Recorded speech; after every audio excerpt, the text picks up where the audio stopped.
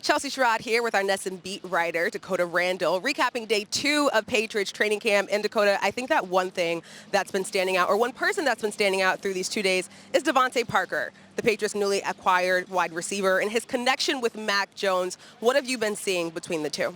Yeah, the connection between Mac Jones and Davonte Parker definitely has stood out through these 2 practices. Parker has a lot of contested catches, some in the end zone.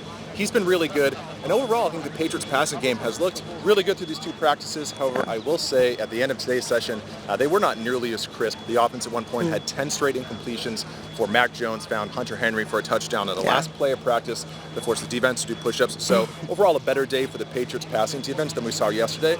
But to your point, Davonte Parker's looked very good. He really looks the part. He looks like a top receiver. He's physical. He's not a guy who's overly fast, who's going to get open a lot and create a lot of separation, but great uncontested catches, and that's something we've definitely seen through the first 2 days. Yeah, one thing is for sure, Davonte Parker's definitely giving Mac Jones and this offense a boost that they need. Okay, and one person that's going to continue giving the Patriots a boost is Devon Gotcha, who signed a 2-year contract extension yesterday. Bill Belichick did talk about that in his availability. What did he have to say? Yeah, I mean, it's an interesting deal for Godchaux and the Patriots.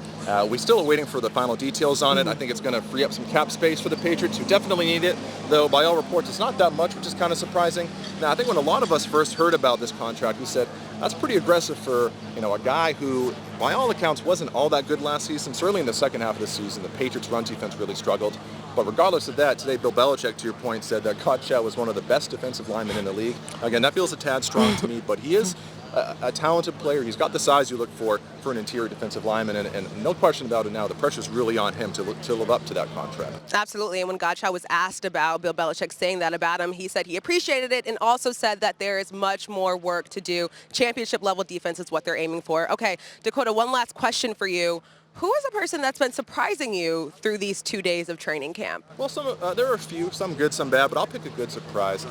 Josh Bledsoe, the safety. This is a guy who was a late-round draft pick for the Patriots last year. He missed all of his first season because of multiple wrist surgeries. He did get back on the practice field towards the end of the season, but did not wind up getting into a game. Okay. He's looked really good here through the first couple of days. I think he has something like 5 or 6 pass breakups.